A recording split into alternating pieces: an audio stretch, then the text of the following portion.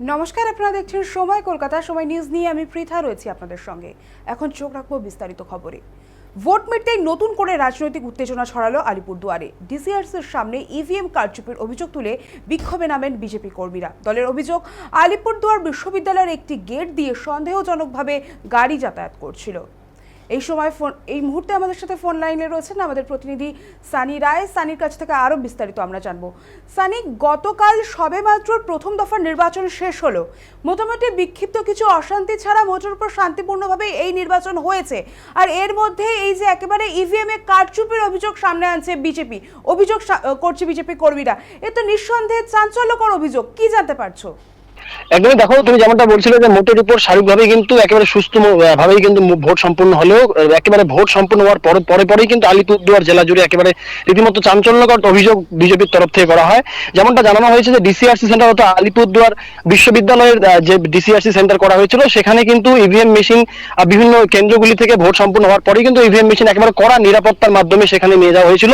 এবং যেমনটা আলিপুর এবং কোচবিহার এই দুই জেলায় কিন্তু বিজেপি কর্মী সমর্থকেরা অবগত ছিলেন, যেমন তারা দাবি করছেন যে ধরনের কোনো অপ্রীতিকর ঘটনা ঘটতে পারে, সে কারণে কিন্তু তারা কিন্তু ডিসিআরসি সেন্টারের বেশ কিছুটা দূরে, যেখানে প্রশাসনিকভাবে তাদের কোনো বাধাপ্রাপ্ত করানো হবে না, সেই জায়গাতে তারা কিন্তু জমায়েত করেছিলেন। এবং তারা যেমনটা জানিয়েছিলেন যে তাদের কাছে গোপন সূত্রেও খবর ছিল যে ইভিএম কারচুপির ঘটনা ঘটতে পারে। সেই জায়গায় দাঁড়িয়ে ডিসিআরসি সেন্টারের মূল যে গেট, সেই গেটে পর্যাপ্ত পরিমাণে নিরাপত্তা ব্যবস্থা থাকলেও ডিসিআরসি সেন্টার অর্থাৎ আলিপুরদুয়ার বিশ্ববিদ্যালয়ের দক্ষিণ দিকের একটি গেট কিন্তু পুরোপুরিভাবে খোলা ছিল এবং সেই গেট দিয়ে সন্ধ্যা থেকেই কিন্তু একাধিক গাড়ি যাতায়াত করা শুরু করছিল। সন্দেহভাজন গাড়ি তারা দেখতে পেয়েছিল, তারপরেই তারা কিন্তু সেখানে একেবারে সরজমিনে তদন্ত করার জন্য ছুটে যান। আলিপুরদুয়ার জেলা বিজেপি জেলা সভাপতি মিঠু দাস, তিনি তার নেতৃত্ব দিয়ে কিন্তু তিনি সেখানে যান এবং সেখানে গিয়ে তিনি যেমনটা দেখেন যে বেশ কয়েকটি গাড়িতে করে প্রথমে ইভিএম মেশিন ঢোকানো হচ্ছিল, তারপর আবার সেই অন্য গাড়িতে করে সেই ইভিএম মেশিন কিন্তু নিয়ে যাওয়া হচ্ছিল, সেই সেন্টার থেকে নিয়ে বের করানো হচ্ছিল, এমনটা অভিযোগ করা হয়েছে। এবং সেখানে অনেকগুলো ছিল যেখানে কিন্তু পুরোপুরি ভাবে কিন্তু বলা বাহুল্য যে ইভিএম মেশিনের যে ছবি, সেই ছবিও কিন্তু বিজেপির কর্মকর্তারা তারা ছবি করেন এবং পরবর্তীতে উত্তেজনা ছড়ায়। পরবর্তীতে কেন্দ্রীয় বাহিনীর উপস্থিতিতে কিন্তু কিছুটা পরিস্থিতি নিয়ন্ত্রণে আসলো। গোটা বিষয় নিয়ে নির্বাচন কমিশনে তারা কিন্তু একটা রিপোর্ট তলব করবেন বলে জানানো হয়েছে। তবে এই গোটা ঘটনা নিয়ে আলিপুরদুয়ার জেলা জুড়ে বিজেপি মহলে কিন্তু একটা অভিযোগ বরাবর তৃণমূল কংগ্রেসের দিকে তোলা হচ্ছিল যে তৃণমূল কংগ্রেস বিপুল ভোটে হারবে জন্যই তারা কিন্তু এখানে একেবারে উদ্দেশ্য প্রণীতভাবে এভাবে ইভিএম চুরির ঘটনার সঙ্গে কোনো প্রতিক্রিয়া পাওয়া গিয়েছে এই বিষয়ে? দেখো, এই বিষয়ে একদম প্রশাসনিক ভাবে কোনো প্রতিক্রিয়া পাওয়া যায়নি, পাশাপাশি তৃণমূল কংগ্রেস তরফে কিন্তু কোনো প্রতিক্রিয়া দেওয়া হয়নি। তবে গোটা বিষয়টি কমিশনারের নিয়ন্ত্রণে আছে বলেই কিন্তু দাবি করা হয়েছে। ধন্যবাদ সানি আমাদের সঙ্গে থাকার জন্য। যেমনটা জানা যাচ্ছে যে ওই গেটে কোনো নিরাপত্তা ব্যবস্থা ছিল না বলেও দাবি তাদের এবং বিজেপি কর্মীদের বক্তব্য। প্রথমে গেটটি খোলা অবস্থায় দেখতে পান তারা, এরপরই সন্দেহ বাড়ে।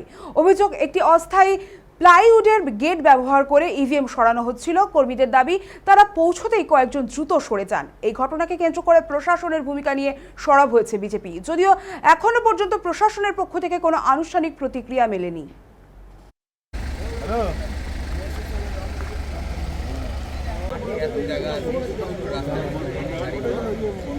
কি অভিযোগ আছে হঠাৎ করে রাত্রেবেলা? শুনুন, প্রথমত হচ্ছে যে এখানে আমাদের কার্যকর্তারা ঘন্টা আড়াই ঘন্টা আগে তারা এসেছিল। তারা এসে প্রথমে যেটা লক্ষ্য করেছে, এই গেটটা যেটা ছিল এটা পুরোটাই খোলা ছিল, এখানে কোনো ফোর্স ছিল না। কোন গেটটা? ওকে, এই যে ডিসিআরসি বা ইউনিভার্সিটির যে সামনে, ডিপিএসসি বিল্ডিং এর সামনে, তো এটাতে কিচ্ছু ছিল না। তারপরে আমাকে জানানো হলো এখান দিয়ে গাড়ি ঢুকছে এবং এদিক দিয়ে দেখবেন একটা প্লাইউডের একটা গেট রয়েছে, তো সেই প্লাইউডের গেটটার মধ্যে ওখান দিয়ে ইভিএম যাচ্ছে, ইভিএম নিয়ে আবার বেরোচ্ছে এবং কিছু সেখানে জমায়েত ছিল। আমাদের কার্যকর্তারা ঢোকার সাথে সাথে সেখান থেকে তারা পালিয়ে যায় এবং কিছুক্ষণ পরে একটা সাফারিতে করে অনেকগুলো ইভিএম বেরিয়ে যায়, বোলেরোর মধ্যে বেরিয়ে যায়।